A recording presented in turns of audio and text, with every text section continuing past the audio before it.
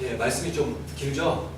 오늘 그 요한계시록 말씀을 좀 보기로 하는데 사도신경 이제 오늘이 14주차입니다. 다음 주가 이제 마무리를 할 건데 15주 동안 우리들이 사도신경에 대해서 이제 보게 되는데 전에도 말씀드린 것처럼 사도신경 우리들의 신앙의 그런 기초와 같습니다. 그래서 우리들이 신앙 생활을 하기 위해서 어떤 정도의 믿음이 있어야 되냐, 어느 정도는 우리들이 알고 있어야 할 때 사도신경적 정도의 지식 정도만 있어도 우리들이 구원에 이르는 지식들이 있다고 볼 수 있는 거죠. 그러니까 그 안에서 거의 성경의 모든 것을 사도신경 안에서 다룰 수 있습니다, 사실은. 근데 우리들이 이제 사도들이 이 정도는 반드시 알아야 되겠다라고 해서 사도 때부터 이제 계속해서 그 이후에 약 500년의 기독교 그 초대 기독교의 역사 동안 계속 이제 가장 간추려가지고 가장 핵심들을 집어넣은 것이 이제 사도신경이기 때문에 우리들이 이것을 계속해서 반복적으로 공부할 필요가 있겠죠. 오늘 말씀들 이제 영원히 사는 것에 대한 말씀들을 우리들이 살펴보는데 지난주에 이제 몸의 부활에 대해서 말씀을 드렸잖아요, 그죠? 우리들이 그 육체를 내가 다시 입게 되는 거, 다시 이 썩어지는 육체가 아니라 우리들이 다시 새로워진 갱생된 육체를 우리들이 입게 된다. 이것에 대해서 말씀을 이제 드렸는데 오늘 이제 영원한 삶에 대한 말씀입니다. 사람들은 삶이 그렇게 고통스럽지만 않다면 누구나 이렇게 오래 살고 또한 영원히 사는 것들을 바라죠. 그래서 어떤 권사님이 예전에 제가 있던 교회에서 목사님이 해주신 말씀인데 뭐라고 얘기하시냐면 어떤 권사님이 자꾸 이렇게 얘기를 하시더래요. 나 빨리 죽어야 된다고. 나는 빨리 죽어야 돼.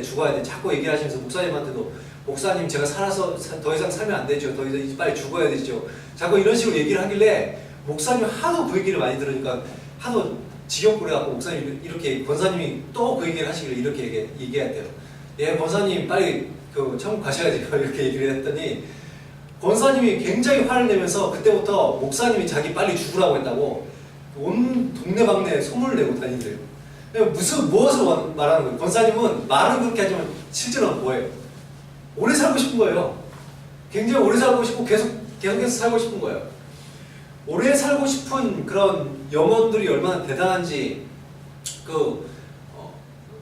중국을 처음으로 통일했던 진시황 같은 경우도 어떻게 했죠? 그 선남 선녀들을 뽑아가지고 젊은 청년들을 뽑아가지고 세상에 수천 명을 뽑아서 파송을 했어요. 그래서 중국 전역을 돌아다니면서 영생 불사할 수 있는 불로초를 구해오라는 거죠. 그리고 결국 불로초가 있습니까 없습니까? 불로초라는 게 없죠. 그리고 뭐 불로초가 영진이 말하는데 그게 불로초가 아니잖아요. 그래서 결국에는 진시황도 죽고 자기가 끝까지 그래도 살아보고 싶은 마음에 어떻게 했어요? 무덤에도 무덤에다가 이렇게 사람들의 그런 모습들로 이제 흙으로 빌려가지고 그걸 묻고 하는 그런 계속해서 살고 싶은 영혼들 아닙니까?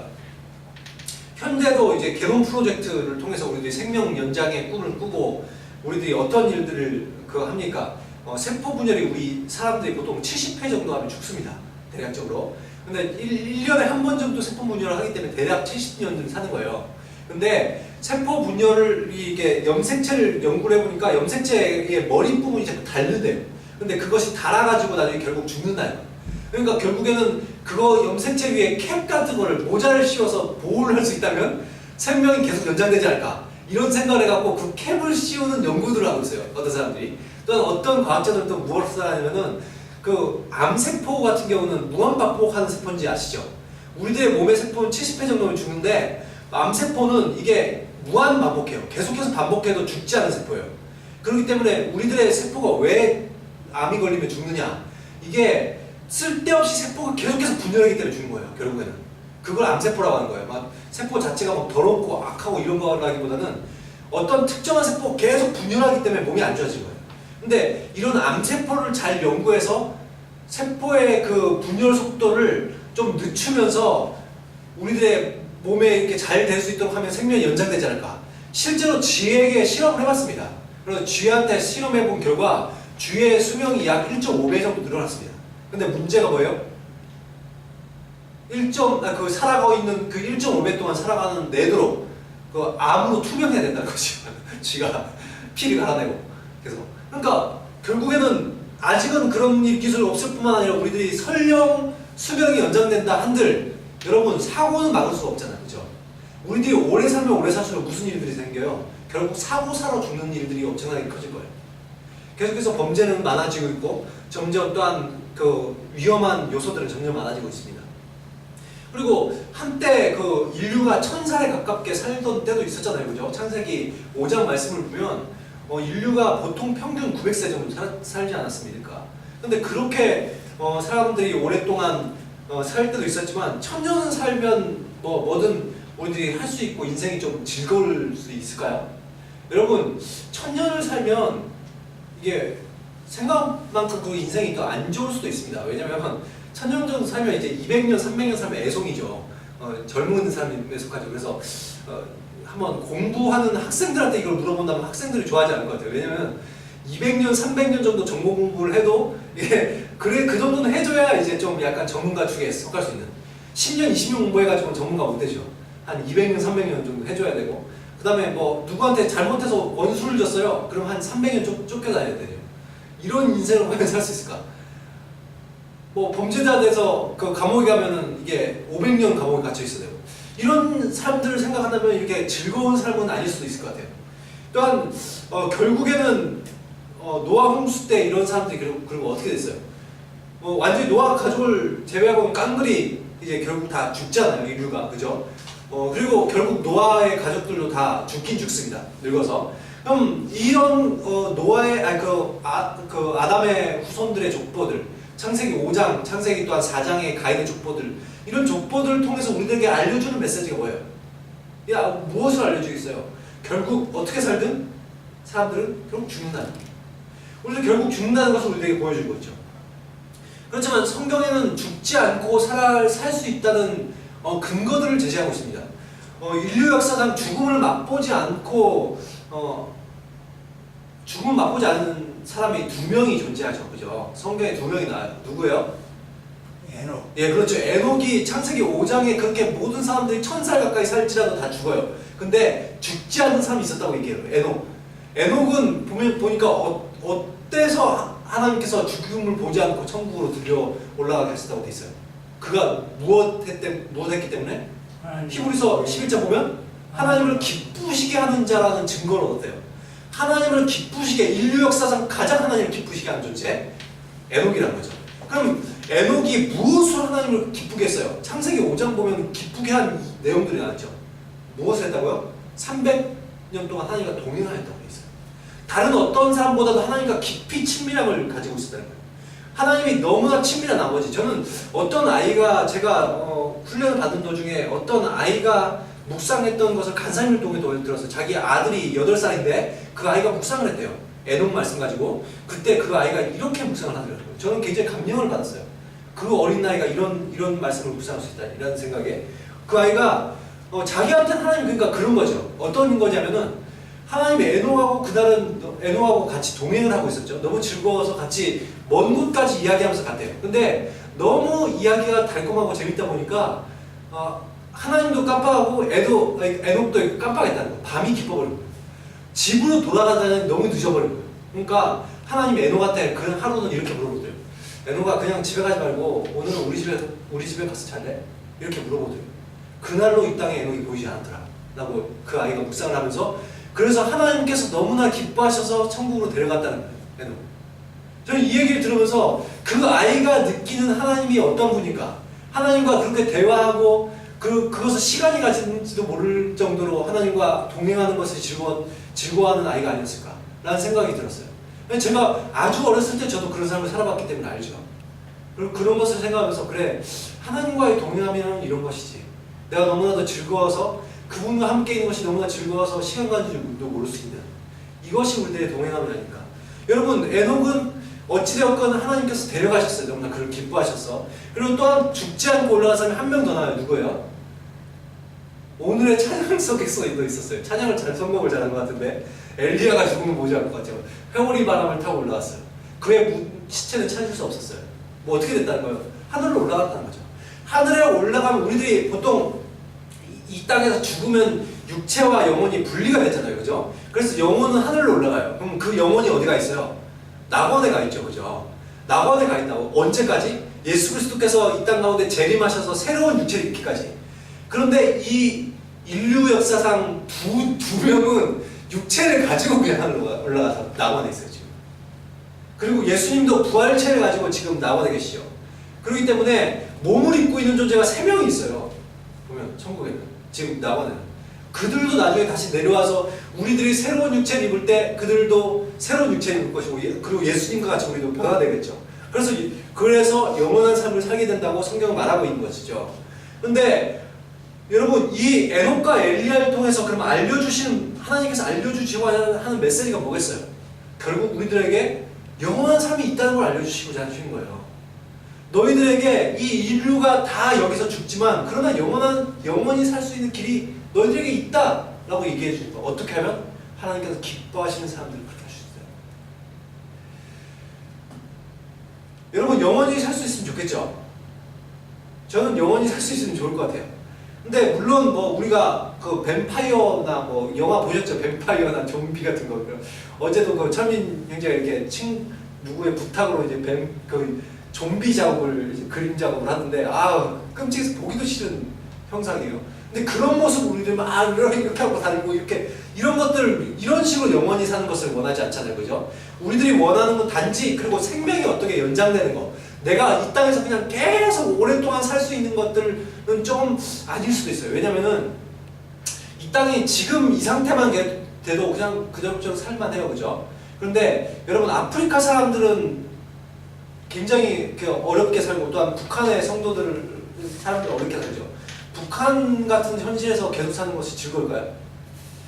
아니면 점점 환경오염이 심해지고 있고 또한 날이 갈수록 전쟁의 위협과 고통과 공포와 가난, IS는 점점 많은 사람들을 죽이고 있고 언제 무슬림이 전 세계의 전쟁을 선포할지 모르죠. 이런 현실 가운데 여러분 그 미래에 우리가 과연 산소나 있을 것인가? 산소 마스크 끼고 다녀야 될지 아닐지 원자 핵 방사능의 오염들 이런 것들을 생각했을 때 우리들이 낙관적인 미래는 아니잖아요. 그런 데서 계속 살아간다면 내가 계속해서 산소 마스크를 써야 되고 또 내가 방사능의 위협 속에서 살아가야 된다면 내가 과연 사는 것이 행복할까? 여러분 그렇지만은 않을 것 같아요, 그죠? 그렇기 때문에 이 땅에서 계속해서 이 악화되고 있는 점점 오염되고 있고 점점 악으로 치닫고 있는 이 세상 가운데 계속해서 영원히 사는 것은 좀 아닌 것 같아요. 그러면 성경에서 말하는 영생은 단지 이 땅에서 그런 삶을 말하는 건가? 여기서 계속해서 살아가는 것을 아니면 우리들이 시간적 차원에서 그냥 영원히 사는 것을 얘기하고 있나요? 그것이 아니라는 것이죠. 성경에서는 아주 오랫동안 우리들이 영원히 이 현실에서 사는 것을 말하지 않습니다. 영생이라는 것은 굉장히 간단히 말해서 이거예요. 내가 새로운 몸을 입었잖아요, 그죠? 예수 그리스도 재림 때 새로운 몸을 입어요. 그리고 나서 새 하늘과 새 땅에 들어가서 그곳에서 새 예루살렘에 있는 곳에서 사는 것이 영생이에요. 성경이 말하고 있는 영생인 거예요. 다시 말씀드릴게요. 내가 새 몸을 입죠. 그 몸의 상태로 새 하늘과 새 땅, 새 예루살렘에 있는 곳에 들어가서 영원히 사는 것. 그것이 영생이라고 성경이 말하고 있어요. 여러분, 물론 내가 예수 그리스도를 믿는 순간부터 나는 영생의 삶이 시작됩니다. 그러나 우리들의 영생의 완성은 아니죠. 이것이 영생의 완성은 아니에요. 우리들이 죽는 순간 또한 낙원에 들어갑니다. 그러나 그것은 영생의 완성은 아니에요. 예수 그리스도께서 이 땅에 오시고 우리들이 새로운 몸을 입고 새로운 땅에 들어가고 새로운 예루살렘에 들어갈 때 그때가 우리들의 영생의 완성이에요. 그것은 우리들이 이제까지 경험하지 못한 질적으로 완전히 다른 세상입니다. 완전 우리 몸도 질적으로 완전히 다르고 이 세상도 완전히 질적으로 다른 세상이 펼쳐지는 거예요. 여러분 우리들에게 어떤 곳에서 누구와 영원히 사는가가 정말 중요하지 않습니까? 여러분 내가 만약에 영원히 사는데 영원히 사는 공간이 어떠한 살인의 현장에서 영원히 내가 있다면 아니면 내가 공포 속에서 어둠 속에서 악이 있는 곳에서 영원히 있다면 여러분 그런 상상 해보셨습니까? 내가 굉장히 공포스러운 곳에서 내가 영원히 지낸다면 내가 어둠에 휩싸인 곳에서 영원히 있다면 내가 지금 살인의 현장을 지금 방금 목격한 살인의 현장 가운데 내가 이곳에 이 자리에 계속 있어야 된다면 여러분 아니면 내가 지금 바퀴벌레는 저는 굉장히 싫어하는 혐오하는 곤충입니다만은 바퀴벌레가 가득한 방 속에서 내가 계속 있어야 된다면 아니면 지네가 내 정갈이 내 온몸을 기어다니는 곳에 계속 있어야 된다면 여러분 그건 너무나 끔찍한 일이죠. 그런 장소에서 우리들이 영원히 있어야 된다는 걸 생각도 하기 싫죠. 또한 누구와 있느냐가 너무 중요하잖아요. 내가 살아가는데 내 원수와 아니면 정말 살인자와 아니면 폭군과 내가 계속해서 같이 있다면, 정말 악하고 악할 대로 정말 악에 똘똘 뭉친 어떤 존재와 계속해서 우리들이 옆에 있다면, 내가 그렇게 해서 영원히 살아난다면 그런 장소들은 정말 그런 사람들과 함께 있는 곳이라면 그건 아닌 것이죠. 그러면 우리들에게 무엇을 바라는 거예요? 우리들은 정말 좋은 곳에서 좋은 사람들과 있길 바라잖아요. 근데 이렇게 악이 있고 추악하고 정말 더럽고 우리들에게 공포가 있고 여러 가지 우리들을 힘들게 하는 상황 가운데에서 계속 영원히 살아가야 되는 존재도 있어요. 그런 존재도 있어요. 단지 그렇기 때문에 우리들이 영원히 사는 것을 생각한다면 성경에서 말하는 영원한 삶이라는 건 단지 시간적 개념이 아니라는 거예요.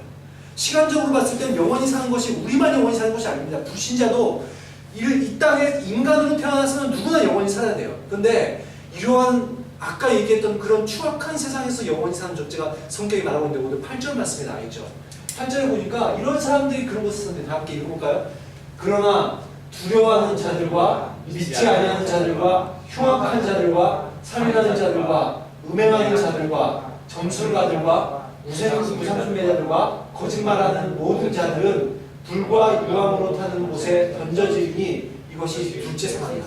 이들이 처해야 될 곳이, 이런 사람들은 아까 얘기한 그런 추악한 세상, 정말 있기 싫은 악과 두려움과 공포가 있는 세상 가운데 살아가야 된대요. 여러분, 이런 세상들이 우리들에게 오지 말아야 되잖아요. 그렇죠? 우리들의 영원한 삶이 이런 곳은 아니어야 된단 말이에요. 그러면 반면에 우리들이 어떤 곳에 살기 원해요? 우리들은 정말 사랑하는 연인과 함께 있기만 해도 여러분 너무나 행복하죠. 내가 사랑하는 연인이 있고 그 사람과 그래서 내가 같이 있기만 해도 너무 좋고 설레고 또한 행복하고 천국이 따로 없겠죠. 여러분, 정말 사랑하는 사람과 함께 한다면 이런 세상이라고 생각할 것입니다. 적어도 내가 그 가장 사랑하는 그 순간에 그 사람과 있는 어딘가나 천국처럼 여겨지죠. 여러분, 하나님 나라가 바로 이런 것이죠. 진리와 선과 아름다움과 생명의 근원 되신 하나님과 영원히 사는데, 내가 가졌던 첫사랑의 기쁨보다 더욱더 큰 기쁨이 영원하다는 것이에요. 여러분, 그런 영원한 기쁨을 누릴 수 있는 곳이 있다면, 요한복음 17장 3절에서 이런 말씀 있죠. 함께 보도록 하겠습니다. 시작. 영생은 곧 유일하신 참 하나님과 그가 보내신 자 예수 그리스도를 아는 것이다. 여기 보면 하나님을, 예수 그리스도를 아는 것이 영생이라고 얘기를 하고 있는데, 여러분, 여기서 아는 것이라는 이 단어가 단지 내가 지식적으로 내가 안다 이런 의미가 아닙니다. 여기서 아는 것이라는 단어가 헬라어적 그 의미로 보면 그 어떤 의미를 가지고 있냐면 경험하여 아는 것, 그리고 내가 인격적인 아니면 인격적으로 알고 또한 친밀함으로 아는 것이라는 의미를 내포하고 있어요. 그러니까 내가 그냥 지식으로만 아는 것이 아니라 내가 그분을 경험하는 알미 있다는 것이죠. 내가 그분을 인격적으로 내가 그분과 소통하는 알미 있다는 거예요. 내가 그분과 친밀함 가운데 이루어나는 내 가운데 나의 삶 가운데 알미 있다는 거예요. 이거와 같은 단어를 쓴 경우가 창세기에도 나오는데 아담과 하와가 동거할 때 썼던 그 단어와 같은 단어입니다. 같은 의미를 갖고 있는 단어예요.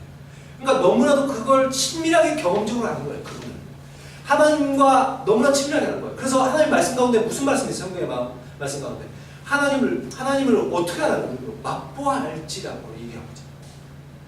하나님을 맛보아 아는 것들이 우리에게 있어야 된다. 하나님께서 말씀하시는 우리들에게 영생이라는 것은 그분과 친밀한 가운데 우리들이 그분을 알아가는 것이 우리들 가운데 영생이라는 거예요. 이러한 하나님과의 교통이 있는 것이 우리들의 부활의 나라, 구원의 나라, 우리 하나님의 나라라는 것이죠. 그래서 에덴 동산에서는 이렇게 아담과 그 하나님의 나라에 이렇게 친밀함이 있는데, 에덴 동산은 하나님께서 처음 만드신 에덴 동산이 그런 것이었죠. 아담과 하나님께서는 그곳에서 교제를 하셨어요. 친밀함이 있었어요. 그런데 죄로 인해서 그것이 단절되어 버렸죠.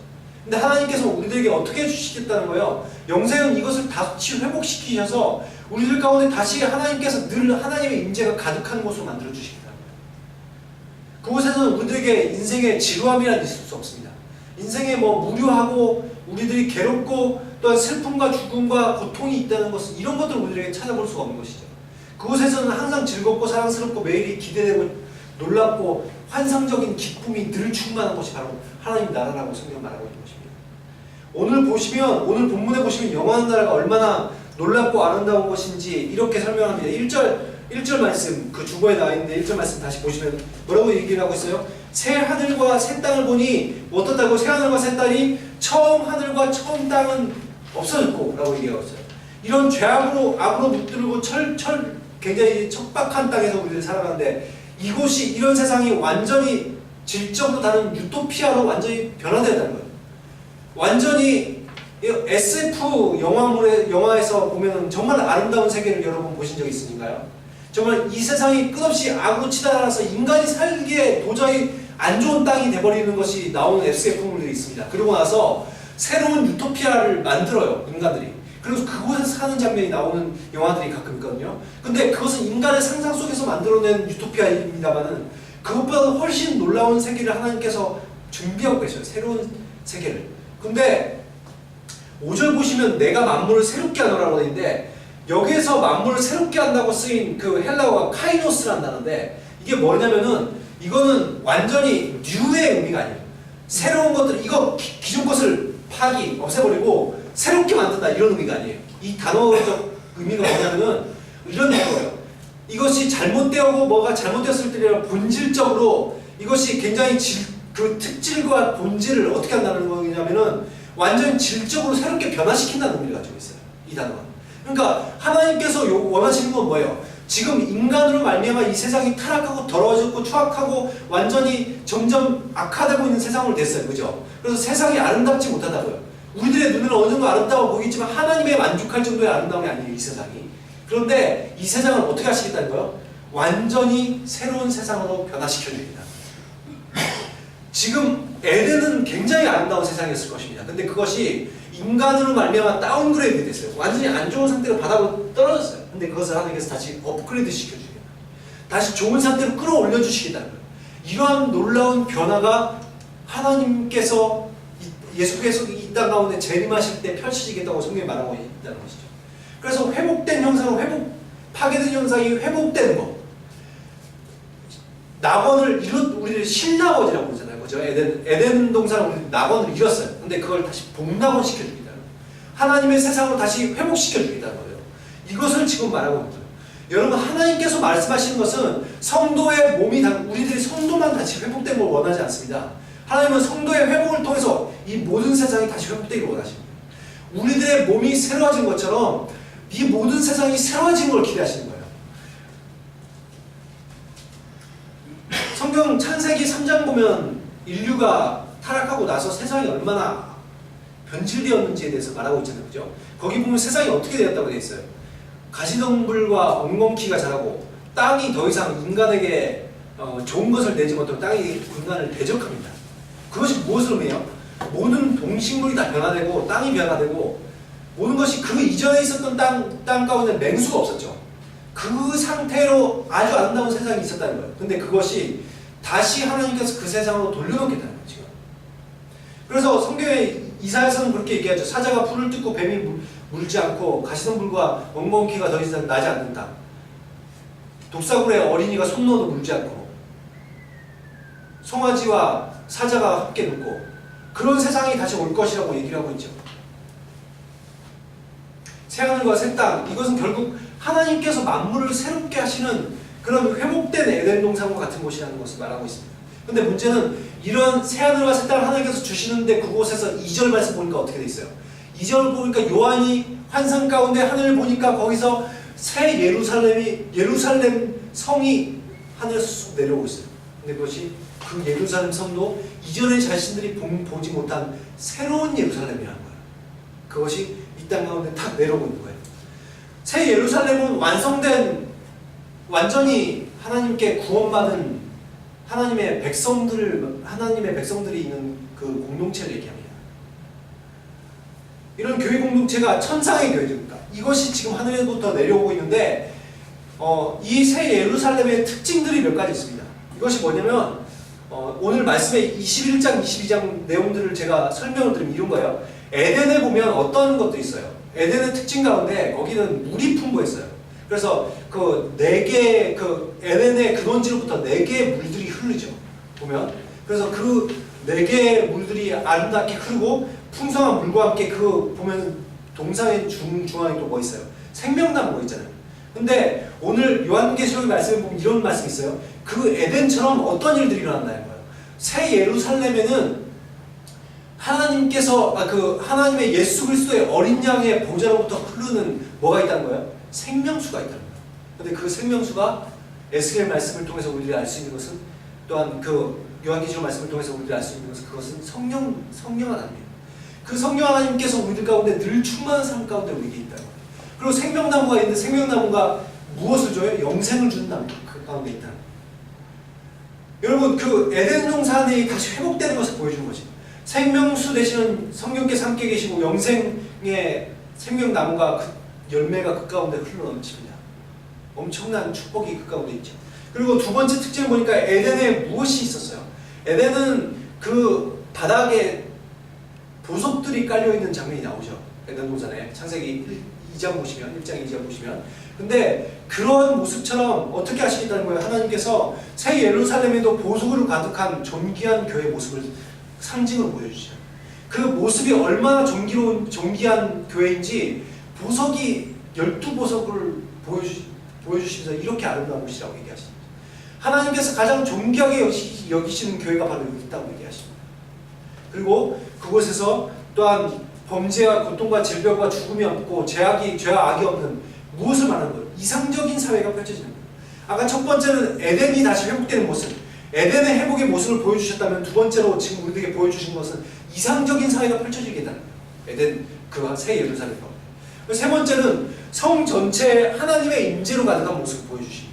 그 모습을 통해서 이곳에 더 이상 성전이 필요 없는, 에덴에는 성전이 필요 없었거든요. 늘 하나님과 동행하고 교제할 수 있는 곳이었어요. 그런데 그것이 깨어지면서 이스라엘 백성들은 어디서 예배드리는 장소가 되었어요? 성막, 그리고 성전만이 예배를 드리는 장소가 되었어요. 그런데 그것이 그런 장소가 아니라 하나님께서 더욱더 회복시키셔서 우리 가운데 어떻게 됐어요? 우리들이 이 교회당뿐만 아니라 우리들 삶 가운데서 예배를 드릴 수 있는 처소가 되게 하셨죠. 근데 그 정도가 아니라 이 모든 세상, 이 새 예루살렘 전체가 하나님의 백성이 들어가는 곳 전체가 하나님 임재로 가득했기 때문에 더 이상 예배 장소가 필요 없게 된 거예요. 그것을 지금 하나님께서 보여주시고 계시죠. 완전한 하나님과의 친밀함이 있는 것이 이 성 예루살렘의 특징이랍니다. 그래서 16절 말씀 보실까요? 16절 말씀 보시면 주보 보세요. 주보 보시면 그 성은 네모 만드다 여기는 쭉 하면서 무슨 내용이 나와있어요? 새 예루살렘은 12,000 스타디온의 크기가 있다고 얘기하고 있는데, 이 12,000이라는 단어가 무엇입니까? 12 곱하기 1000이거든요. 12 곱하기 10 곱하기 10 곱하기 10이죠. 이것이 무엇을 얘기하고 있냐면, 상징적인 그 당시 언어로서 12는, 12라는 것은 하나님의 백성의 수를 10이라고 합니다. 하나님 백성의 수인데, 하나님 백성은, 이스라엘은 하나님 백성이 누구였어요? 12지파였죠. 그죠? 12지파가 하나님 백성이었어요. 신약의 성도들은 무엇이 신약의 성도였어요? 12사도의 가르침을 받은 사람들이 하나님의 신약의 성도들입니다. 그것이 하나님의 백성이에요. 그래서 12는 하나님의 백성의 숫자입니다. 그런데 이 하나님의 백성들이, 그러니까 지금 여기 나온, 그리고 17절에도 보면 144규빗이 나오죠. 144규빗이 뭐예요? 12 곱하기 10이거든요. 그러면 하나님의 백성의 충만한 수를 얘기하고 있어요. 이것이. 그래서 회복된 예루살렘이 어떻다는 거예요? 하나님의 백성의 충만한 수가 들어갈 수 있고, 10이라는 수는 무수히 많음을 뜻하거든요. 이스라엘 백성은 10이라는 숫자가 무수히 많음을 뜻하고 있습니다. 그러니까 그것이 뭘 얘기하는 거예요? 하나님의 백성들이 있는데 그들이 무수히 많은 수가 이 성 예루살렘에 들어가 있다는 걸 상징적으로 표현하고 있어요. 이렇게 하나님의 백성들이 이곳에서 함께 예배드리는 것이 성 예루살렘이라는 것이죠. 그리고 보니까 그곳의 길이, 높이가 같은 정사각형이라고 되어 있는데, 이거는 에스겔이 보았던 성전의 지성소의 현상입니다. 지성소의 모습이에요. 지성소는 원래 정사각형으로 이루어져 있습니다. 근데 그 모습을 통해서 우리에게 무엇을 말씀하신 거예요? 이 성 예루살렘 자체가 지성소라는 거예요. 하나의 임재의 공간이라는 거예요. 지금 이것을 통해서, 이곳이 그러니까 회복된 예루살렘의 자체가 뭐라는 거예요? 이 자체가 하나님의 나라요, 우리들이 성전이요 하나님의 임재의 장소라는 거예요. 여기서 우리들이 어떻게 하는 거예요? 모든 곳이 하나님의 임재로 가득한, 하나님의 친밀한 교제가 있는 곳이 이 하나님의 나라고, 하나님의 그 새 땅, 새 하늘과 새 땅이고 새 예루살렘이라는 거죠. 이곳에서 우리들이 어떻게 하는 거예요? 어떻게 하고 있어요? 대제사장의 신분으로서 우리가 더 이상 우리들의 중간에 막힌 담을 예수 그리스도께서 허시고 우리들이 더 이상 하나님께 제사장 필요 없이 하나님께 나갈 수 있게 되었잖아요. 그죠? 그럴 뿐만 아니라 하나님의 나라에서는 아예 하나님의 임재가 가득한 그곳에서 우리들이 왕같은 제사장으로 서서 대제사장으로 서서 누구나 하나님을 만나게 되는 곳이 바로 하나님의 나라. 이것이 하나님의 새하늘과 새 땅이요 새 예루살렘이라고 성경은 말하고 있는 것입니다. 여러분, 하나님의 임재로 가득하고 하나님의 친밀한 교제가 있는 신부로서의 교회, 너희들에게 신부를 보여주겠다라고 하면서 하나님께서 성 예루살렘을 보여주셨어요. 새로운 예루살렘. 그러면서 이곳이 너희들이 거할 처소다. 내가 너희들에게 새 몸을 줄 뿐만 아니라 새로운 땅과 새 예루살렘을 너희들에게 줄 것이다. 이곳은 에덴보다 훨씬 아름다운 곳이고 너희들이 살아오는 어떤 곳보다 아름다운 곳이고 그것은 나와 늘 함께하는 임재가 가득한 곳이다. 너희들에게 이것이 영원하시게 펼쳐질 것이다. 하나님께서 우리에게 이것을 지금 말씀하고 계십니다. 여러분, 이 사실을 알기 때문에 바울이 뭐라고 얘기해요? 그래서 내가 이 땅에 있는 것이 내가 이 땅에 있는 것이 나은지 천국에 지금 당장 올라가는 것이 나은지 솔직히 내가 잘 모르겠다. 근데 나는 그곳에 가는 것이 좋겠지만 또 이 사람들을 위해서는 내가 정말 하나님의 복음을 전파하는 자로 서야 되기 때문에 내가 이 땅에 있어야 되는 수밖에 없는 존재인 것 같다고 바울이 얘기하죠. 그는 너무나도 그 땅을 사모했어요. 그것이 곧 올 것을 알기 때문에 내가 빨리 죽어서 빨리 천국 가고 그래서 하나님의 나라가 빨리 펼쳐지는 것을 그는 바랐어요. 하나님의 사람들이 왜 그렇게 순교를 각오하면서까지 하나님의 예수 그리스도를 증거하는데 그렇게 기쁨을 할 수 있었습니까? 바로 이런 것들 바라본 것이죠. 하나님께서 내가 달려가서 편대를 향하여 달려가는 그 끝날에 하나님께서 나에게 영원한 나라를 주실 것을 알기 때문에 이 상급이 있는 걸 알기 때문에 그들은 기뻐하며 달려간 거예요. 그래서 바울이 얘기를 하죠. 내가 부활이 없다면, 만약에 내게 부활이 없고 새로운 새 땅을 하나님께서 주시는 이 약속들이 우리에게 없다면 그렇다면 내가 이렇게 하는 것이 너무나 어리석은 것이 되지 않겠니? 히브리서 11장에 나오는 믿음으로 그 사람들을 뭘 바라보는 거야? 하나님께서 주실 상급들을 바라보고 있다고 얘기하는 거잖아요. 그것이 무엇을 말하는 거야? 하나님께서 주시는 새 예루살렘에 들어갈 것들을 바라는 거예요. 여러분, 우리도 이 사실을 알 때 우리들도 어떠한 느낌이 듭니까? 내가 이 사실을 안다면 죽음에 대해서 내가 슬퍼하거나 허무하거나 또한 그것을 두려워할 필요가 없다는 것이죠. 나에게 어떠한 고통과 여러 환난과 어려움이 올지라도 우리들에게 어떻다는 거야? 내가 기쁨으로 그날 준비하고 나갈 수 있다는 거야. 내가 지금 이 땅에 산 건 짧게 한순간이잖아요. 영원한 삶 가운데 내가 이 삶의 100년은 너무나도 짧습니다. 그러나 그 이후에 펼쳐지는 내 모든 삶을 영광을 생각할 때 나는 주님, 내가 그 영원한 나라를 새하늘 새 땅, 내가 새 몸을 입고 새로운 천지에서 또한 새 예루살렘에 들어갈 걸 생각할 때 내 안에 기쁨이 충만합니다. 이런 마음으로 우리들이 살아갈 수 있게 되는 것이죠.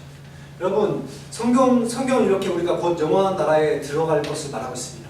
여러분, 정말 우리들도 더욱 정말 그날들을 기대하면서 하나님, 정말 하나님의 나라의 영광을 위하여 내 삶의 모든 삶을 우리들이 주님께 올려드리고 또한 부활의 나라를 준비하는 삶, 영원한 삶을 기대하고 준비하는 삶이 되어질 수 있도록 인도하여 주옵소서. 그런 것을 소망하는 저와 여러분이 되기를 예수 그리스도의 이름으로 축원을 드립니다. 아멘.